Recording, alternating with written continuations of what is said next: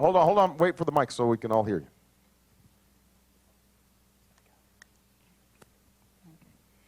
I would just like to know what you can say to reassure us that this election will not be rigged or stolen.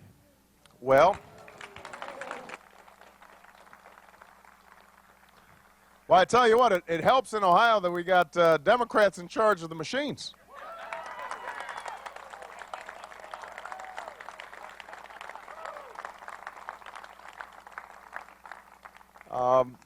But look, I come from Chicago, so I want to be honest. It's not as if it's just Republicans who have monkeyed around with elections in the past. Sometimes Democrats have too. You know, whenever people are in power, they have this tendency to try to, tilt things in their direction. That's why we've got to have I believe, a voting rights division in the Justice Department that is nonpartisan and that is serious about, investigating cases of vote fraud, is serious about making sure that people aren't being discouraged to vote. That's why the voting rights legislation that was passed a couple of years ago to help county clerks make sure that the machines were in place that were needed are important. That's why we need paper trails on these new electronic machines so that you actually have something that you can hang on to after you've punched that letter, make sure that it hasn't been hacked into. I mean, those are all part and process of making sure that our democracy works for everybody. And one of the great things about this election has been all the interest that's been taken in this election. I mean, when I spoke Thursday night, there were more viewers than watched the finals of American Idol. Now that's big. That's big. That's big.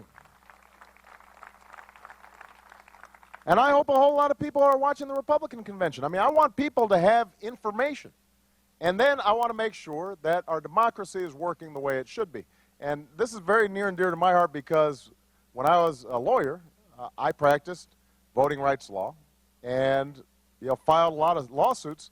In Illinois, I helped to make sure that you could go ahead and get registered at driver's license facilities at the DMV.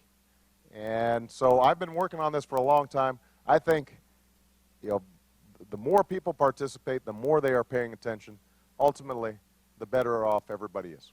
Okay? I keep emphasizing it. Florida, the polls have closed. Florida goes for Al Gore. If we say somebody has carried a state, you can pretty much take it to the bank, book it, that that's true.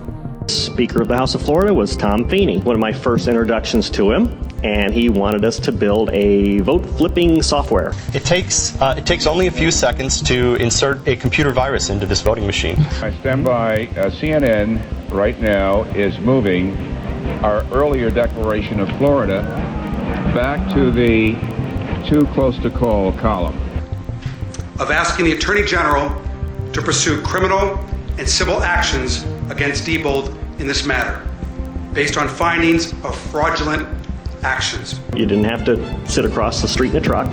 You could just sit there and punch a button, and the votes all flip. George Bush is the President-elect of the United States. He has won the state of Florida, according to our projections. The effort I have underway is simply to make sure that all the votes are counted. Our presidential election came down to one state where the brother of the man running for president was the governor of the state.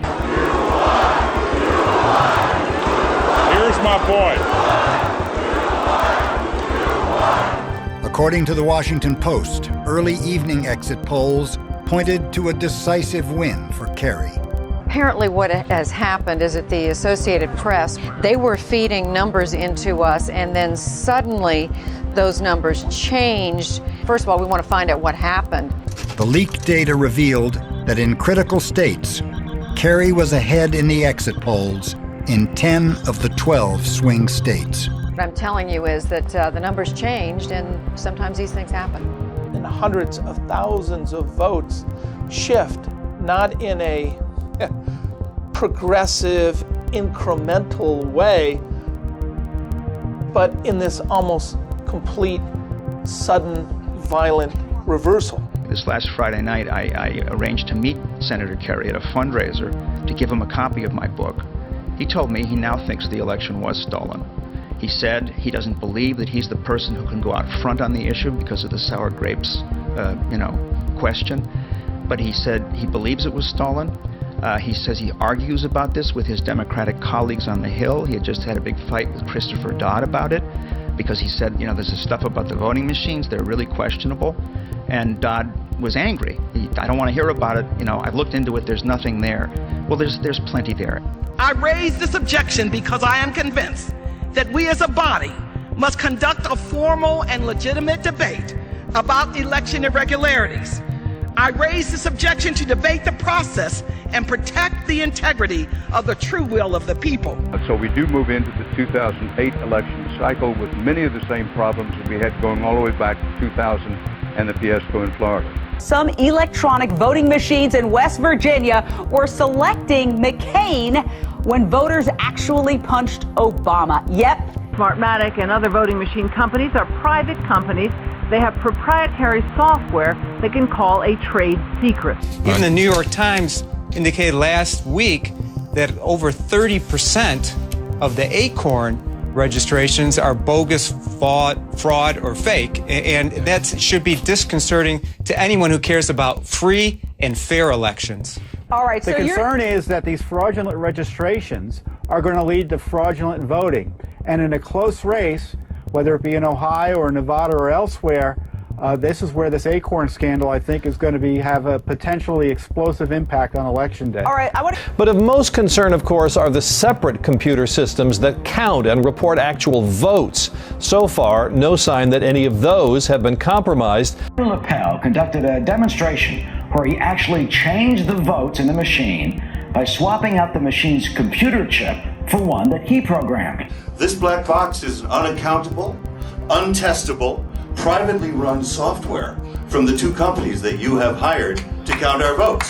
So when the votes come out of this black box, they do not reflect the New York City or the national votes. In 22 primaries, the votes have shifted in 20 of them. The exit polling data in New York State shifted 12%. A shift of 2% is fraud, according to the U.S. State Department. So that's what we've seen across the country. I figured out how to make a slightly different computer program that just before the close of the polls, it shifts some votes around from one candidate to another. The work we did to prepare for Hillary Clinton to be our nominee and then make sure that we could get her elected president is absolutely critical to advancing the issues. Of course the elections will not be rigged. What does that mean?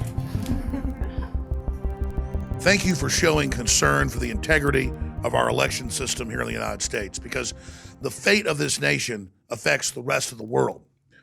Now, election fraud throughout history has been well documented. And the fact that the mainstream media tries to act like that Donald Trump is crazy, that he's been raising it, shows just how disconnected the mainstream media is. Donald Trump's biggest lie is about the election itself, the integrity of the election. He is alleging a massive conspiracy. That somewhere between 2 and 5% Betsy, please, of illegal voters vote. We've cited some Those who are registered vote. Stop, or I'm going to have to cut this interview short. You don't want people to hear the evidence? It's not. I have presented the evidence to my viewers, and my viewers trust me to tell them the truth. We've cited studies. I've talked to secretaries of state who are Republicans. I've talked to many Republican officials who say there's not widespread fraud. Secretaries of state are elected. They're part of the system.